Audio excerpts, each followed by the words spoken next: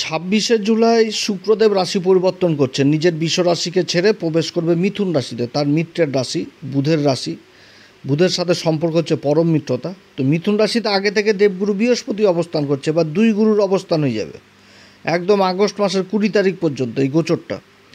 তো কি প্রভাব পড়বে ধনু রাশির ক্ষেত্রে? ধনু রাশির ক্ষেত্রে শুক্রদেবের এই পরিবর্তন কোন দিক থেকে ধনু রাশিকে লাভবান করবে, কোন দিক থেকে বিশেষ সাবধান এবং কোন বিশেষ উপাচার করতে হবে এই সময়কালে, এই সমস্ত কিছুই তুলে ধরবো। তো যাই হোক, অনুষ্ঠানটি শুরু করার আগে সমস্ত দর্শক বন্ধুদের নমস্কার জানাচ্ছি। তার সাথে বলবো, যারা বহুদিন ধরে আমাদের অনুষ্ঠান দেখছেন এখনও পর্যন্ত সাবস্ক্রাইব করেননি, অবশ্যই সাবস্ক্রাইব করবেন। এই চ্যানেলের সঙ্গে থাকুন, জ্যোতিষীয় সম্পর্কিত অনেক তথ্য জানতে পারবেন। তবে আমি কোনো রকমভাবে কোনো দর্শক বন্ধুকে বিভ্রান্ত করার চেষ্টা করছি না। এটা গ্রহদের গোচরের উপরই আলোচনা করা হচ্ছে, কারো কোনো রকম ব্যক্তিগত কুষ্টি ধরে আলোচনা নয়, এবং এটা চন্দ্র রাশি অনুসারে বলা হচ্ছে। জুলাই মাসে তো অনেকগুলোই বড় বড় পরিবর্তন হয়ে গেল। দেবগুরু বৃহস্পতি অস্ত থেকে উদয় হয়ে গেল, দেবগুরু বৃহস্পতি। তারপরে হচ্ছে শনি বক্রী অবস্থায় চলে আসলো নিজের নক্ষত্র। কেতু আবার নক্ষত্র পরিবর্তন করলো, পূর্বা ফাল্গুনী নক্ষত্রে ভাগ্যের ঘরে অবস্থান। আবার এই মাসে সূর্যের পরিবর্তন হলো, এবার শুক্রের পরিবর্তন, তারপরে 28 তারিখে আবার মঙ্গলের পরিবর্তন হবে। মঙ্গলের পরিবর্তনটা হয়নি, তো তার আগে শুক্রের পরিবর্তন। তো মঙ্গলের যখন পরিবর্তন হবে তখন সেই বিষয়ে বিশেষভাবে আলোচনা করব। ধনুরাশির ক্ষেত্রে শুক্রদেব হচ্ছে ষষ্ঠ ঘরের অধিপতি। ষষ্ঠ ঘরটা যেটা হচ্ছে বিশ্বরাশি, সাধারণ রাশি, এবং একাদশ ঘর যেটা হচ্ছে লাভের ঘর, যেটা তার মূল ত্রিকোণ রাশি। এই দুটি ঘরের অধিপতি শুক্র এবার সপ্তম ঘরে অবস্থান করবে। তো শুক্র সপ্তম ঘরে অবস্থান করলে দাম্পত্য জীবন অতটা ভালো ফল দেয় না, কিন্তু এখানটাতে তো রাশির অধিপতির সাথে অবস্থান করছে। তো রাশির অধিপতি নিজের রাশিকে দেখবে, আবার শুক্র থাকছে সাথে, তারও একটা প্রভাব রাশির উপরে থাকবে। এবং এই সময় একটা সব থেকে ভালো জিনিস হচ্ছে যে গুরুর সাথে জুতি হয়ে গেল। তো জুতি হয়ে গেলে কি হবে, তাদের যে মিলিত দৃষ্টিটা, শুক্রদেবের তো শুধু একটাই দৃষ্টি, সপ্তম দৃষ্টি। এবার দেবগুরু বৃহস্পতির তো 3টা দৃষ্টি, পঞ্চম দৃষ্টি, সপ্তম দৃষ্টি, তারপর হচ্ছে নবম দৃষ্টি। তো এইখানটাতে এমন একটা সংযোগ, অদ্ভুত সংযোগ এবার তৈরি হচ্ছে এই ধনুরাশির ক্ষেত্রে, এই ঢাইয়া চলাকালীন, যে খুবই একটা ভালো জিনিস উঠে আসছে। কারণ দুই গুরু হচ্ছে সব থেকে পবিত্র গ্রহ, আমাদের জ্যোতিষশাস্ত্র মধ্যে সব থেকে শুভ গ্রহ এবং আচার্যের ভূমিকা পালন করে। দুই গুরুর অবস্থান, দুই গুরুর দৃষ্টি থাকছে রাশির উপরে। এবার দুই গুরুর যে দৃষ্টি, সেই যে পঞ্চম দৃষ্টিটা পড়বে কোথায়, যে শুক্রের মূল ত্রিকোণ রাশি তুলা রাশিতে, যে মূল ত্রিকোণ রাশি শুক্রদেবের তুলা রাশি। এবার দেবগুরু বৃহস্পতির সাথে শুক্রের জুতি, তার যে সপ্তম দৃষ্টিটা পড়বে দেবগুরু বৃহস্পতির মূল ত্রিকোণ রাশি ধনু রাশি। আবার দেবগুরু বৃহস্পতির যে নবম দৃষ্টিটা, এই নবম দৃষ্টির সাথে তো শুক্রেরও প্রভাব থাকবে। তো এই নবম দৃষ্টিটা যে পড়বে আবার ওই শনিদেবের মূল ত্রিকোণ রাশি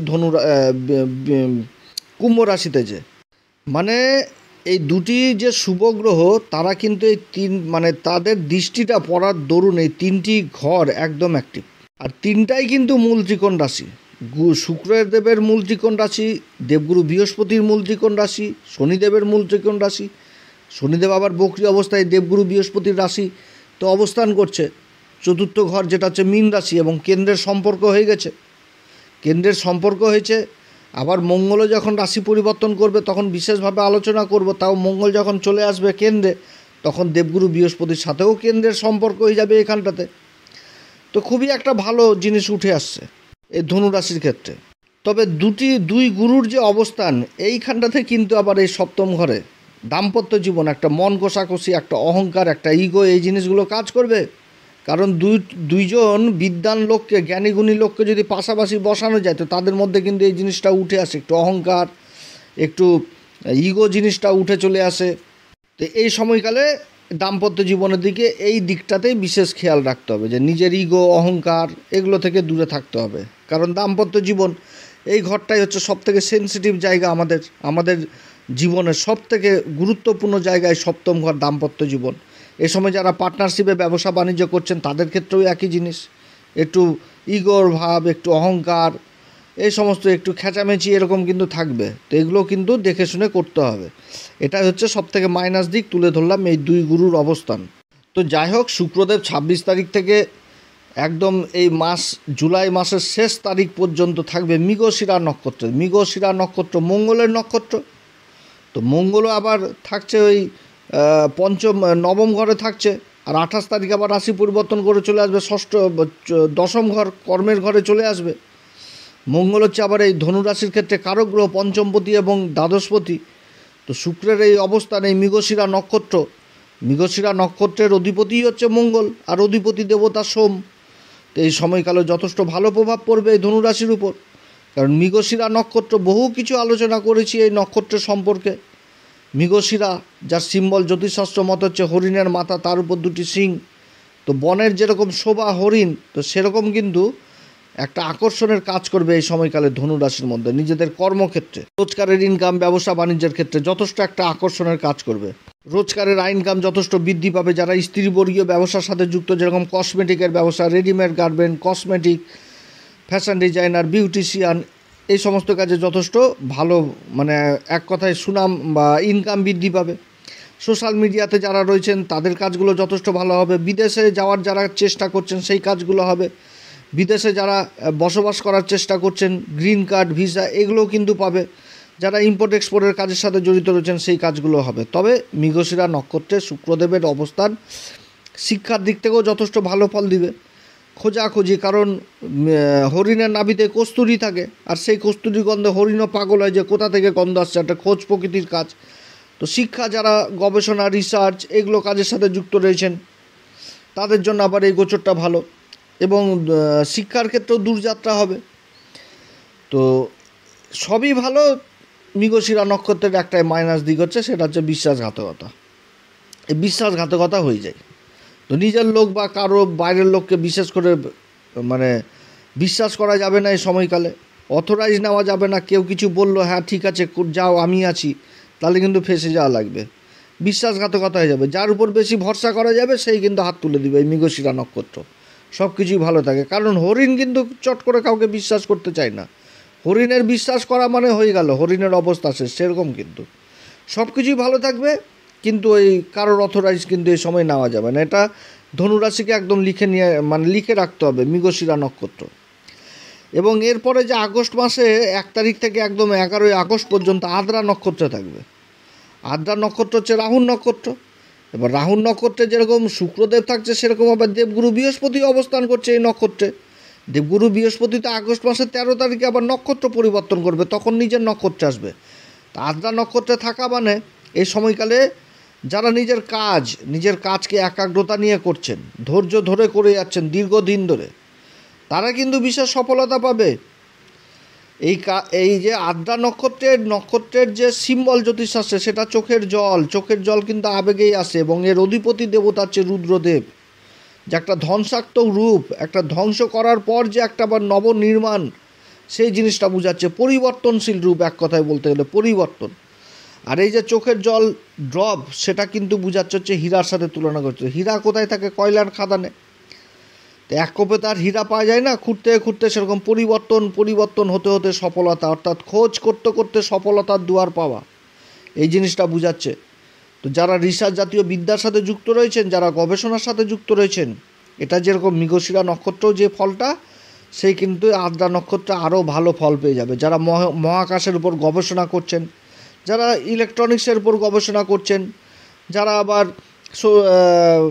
কম্পিউটার সায়েন্স নিয়ে পড়াশোনা করছেন, সফটওয়্যার জনিত কোনো কাজের সাথে যুক্ত রয়েছেন, সেই কাজগুলোতে বিশেষ সফলতা পেয়ে যাবে। এটা তো রাহুর নক্ষত্র। রাহু অবস্থান করছে রাশির 3য় ঘরে, এবং দেবগুরু বৃহস্পতি নবম দৃষ্টি রাহুর উপর পড়ছে। নবম দৃষ্টিতে বিশেষ কৃপা। এই যে নবম দৃষ্টিটা পড়ছে রাহুর উপর, এর সাথে তো শুক্রদেবেরও তো একটা ভালো প্রভাব থেকে যাচ্ছে। কারণ দৃষ্টি যেহেতু দুটো গ্রহ একসাথে জুতি রয়েছে, তো তাহলে তাদের দৃষ্টির উপরেও বিশেষ প্রভাব থাকবে। তো এই সময়কালে বিশেষ সফল হতে যাচ্ছে। এবং এই সময়কালে যারা আবার মিডিয়াতে রয়েছেন, সোশ্যাল মিডিয়াতে রয়েছেন, কথাবাচক হিসাবে কাজ করছেন, সিনেমা জগতের কোনো কাজের সাথে যুক্ত রয়েছেন, কোনো নৃত্য, চিত্রশিল্প, এই সমস্ত কাজের সাথে যুক্ত রয়েছেন, এই দিক থেকেও বিশেষ সফলতা পাবে। এই সমস্ত দিক থেকে, এছাড়া শিক্ষার দিক থেকেও গভীর বিদ্যা, গভীর অর্জন, যারা আবার গোয়েন্দা বিভাগের সাথে যুক্ত রয়েছেন, মনোবিজ্ঞানী যারা, তারাও বিশেষভাবে সফলতা পাবে এই সময়কালে। তবে এই সময়কালে আবার কিন্তু ওই মাইগ্রেন, তারপরে রক্তচাপ, অনিদ্রা, এগুলোতেও ভুগবে। এদিক থেকেও সাবধান, যাদের রয়েছে তারা একটু বিশেষ সাবধান। এরপরে 12ই আগস্ট থেকে একদম আগস্ট মাসের 20 তারিখ পর্যন্ত থাকবে পুনর্বসু নক্ষত্র। পুনর্বসু নক্ষত্র এটা হচ্ছে দেবগুরু বৃহস্পতির নক্ষত্র, এবং এই নক্ষত্রের অধিপতি দেবতা হচ্ছে অদিতি। অদিতি হচ্ছে দেবতাদের মাতা, সূর্যের মাতা অদিতি। এবং এই নক্ষত্রের সিম্বল ধনুষবাণ, যেটা শ্রীরামচন্দ্রের কাঁধে ছিল। তো ধনুষবাণে কখন লক্ষ্যভেদ হবে? যখন একাগ্রতা আসবে। এবং এই নক্ষত্রটা খুবই পবিত্র নক্ষত্র। এই নক্ষত্রে মানে শুভ কাজ করা হয়, যে কোনো শুভ কাজ, কোথাও যাত্রা বা কোথাও শুভ কাজ করতে যাওয়া, সেগুলোও কিন্তু হয় এই নক্ষত্রে। কোনো মাঙ্গলিক কাজ কোথাও করতে যাওয়া, সেটাও কিন্তু এই নক্ষত্র হয়। কারণ আমাদের জ্যোতিষশাস্ত্র বলে কি, যে এই নক্ষত্রে এই যে ধনুষবাণ যে চিহ্ন দিয়েছে, তো এটা এমন একটা ধনুষবাণ যেখানটাতে যে বাণটা লক্ষ্যভেদ করার জন্য ছুড়া হবে, সেই বাণটা কিন্তু আবার পুনরায় সেই জায়গাতেই ফিরে আসবে। অর্থাৎ সফলতা যেরকম পাওয়া যাবে, সেই সফলতা কোথাও পাওয়া গেল, তো সেখান থেকে আবার নিজের কাজে নিজের স্থানেও আবার ফিরে আসা। তো এই নক্ষত্রে সেই সময় আবার দেবগুরু বৃহস্পতিও থাকবে, আবার শুক্রদেবও থাকবে। দুটি শুভ গ্রহ একসাথে একইভাবে অবস্থান করবে, রাশির উপর দৃষ্টি থাকবে। সেরকম লাভের ঘরকে প্রভাবিত করবে, সেরকম রাশিকে প্রভাবিত করবে। সেরকম তৃতীয় ঘর, যেটা হচ্ছে শনির মূল ত্রিকোণ রাশি, এই 3টি ঘরকে প্রভাবিত করে দিবে একেবারে। খুবই ভালো অবস্থান, যোগাযোগের দিকে ব্যাপক উন্নতি, বিভিন্ন ক্ষেত্রে উন্নতি এই সময়কালে। যারা নিজেদের কর্মের চেষ্টা করছেন, কর্মের লাভ হবে। এই কারণে যে পঞ্চম ঘরের অধিপতি মঙ্গল তো সেই সময় কর্মের ঘরে চলে আসবে, এবং ভাগ্যের ঘরের অধিপতি সূর্যও রাশি পরিবর্তন করে চলে যাবে, একদম নিজের ঘরে অবস্থান করবে। ভাগ্যের ঘরের অধিপতি ভাগ্যের ঘরেই অবস্থান। তো শনির ঢাইয়া চলছে, তো ঢাইয়ার যে কী যে প্রভাব হবে সেটা বুঝতে পারবে না, কারণ 2 গুরুর আশীর্বাদ পেয়ে যাচ্ছে। তো গুরুর দৃষ্টি যেখানটাতে পড়বে, শুভ দৃষ্টি, তার উপর আর কি রয়েছে। অর্থাৎ ধনুরাশির ক্ষেত্রে যথেষ্ট ভালো অবস্থান এই শুক্রের অবস্থান হতে যাচ্ছে। সুনাম, সুখ্যাতি, সব কিছু শুক্র থেকেই তো সুখ, শুক্র থেকেই তো সৌন্দর্য, শুক্র থেকেই তো ঐশ্বর্য, শুক্র থেকেই তো ধনসম্পত্তি। এবার গুরু অবস্থান করছে, সব দিক থেকে একটা ভালো সময়। শনির ঢাইয়া, শনির যে একটা খারাপ প্রভাব শনি নিজেও দিতে পারবে না এখন, কারণ রাশির অধিপতির সাথে কেন্দ্রের সম্পর্ক হয়ে গেছে, এবং রাশির অধিপতি নিজের রাশিকেই দেখছে। তো গ্রহ যখন নিজের রাশিকে দেখে, তখন তো তার ফলে তো বৃদ্ধি পেয়ে যায়। তো যথেষ্ট ভালো সময় এই ধনু রাশির ক্ষেত্রে। তো আজকে 26 তারিখের এই শুক্রদেবের গোচর বললাম, আর 2 দিন পরেই তো আবার মঙ্গলের গোচর হয়ে যাবে। তখন মঙ্গলকে নিয়ে বলবো, মঙ্গল কর্মের ঘরে কি প্রভাব দিবে। শনির সাথে সমসপ্তম যোগ তৈরি হবে সেই সময় আবার মঙ্গলের। এই সময়কালে কোন উপাচার করবে? প্রত্যেকদিন হনুমান চল্লিশা, বজ্রংবাণ, শ্রীরাম সীতার প্রণাম মন্ত্র সহকারে পাঠ করবে। এছাড়া যারা গুরুর দীক্ষা নেননি, অবশ্যই গুরুর দীক্ষা নেবেন। সূর্যদেবকে অর্ঘ্য দিবেন, সূর্যদেবকে অর্ঘ্য দেওয়া লাগবে। মন্দিরের পূজারীদের পা ছুঁয়ে আশীর্বাদ নেবেন, মন্দিরের পূজারীদেরকে আসন দান করবেন, যথেষ্ট ভালো ফল পাওয়া যাবে। তো যাই হোক, অনেক কথা আলোচনা করলাম। এবং শনি বকরি চলছে এই সময়কালে, অবশ্যই ভুল করেও শনিবার করে লোহার জিনিস, তারপরে চামড়ার বস্তু, সরিষার তেল, এই সমস্ত ক্রয় করে নিয়ে আসবেন না। বকরি চলছে চতুর্থ ঘরে, পিতা মাতা উভয়ের শরীর স্বাস্থ্যের দিকে যথেষ্ট খেয়াল রাখবেন। তো যাই হোক, অনেক কথা আলোচনা করলাম। এরপরে আবার আসবে একটি নতুন পর্ব নিয়ে। আপনারা সবাই ভালো থাকেন। যদি পরামর্শ সত্যিই ভালো লাগে, তাহলে নিজের ভেবে এই AstroSM বাংলা চ্যানেলকে সাবস্ক্রাইব করবেন, লাইক করবেন, শেয়ার করবেন। আগামী দিনে বহু ভিডিও এই ধনুরাশি সম্পর্কে দেওয়া হবে। যারা জ্যোতিষ সংক্রান্ত বিষয়কে ভালোবাসেন, গুরুত্ব দেন, ইন্টারেস্টেড, আশা করছি তারা বিশেষভাবে উপকৃত হবেন। আপনারা সবাই ভালো থাকেন। ঈশ্বর আপনাদের সবার মঙ্গল করুক। নমস্কার, ধন্যবাদ।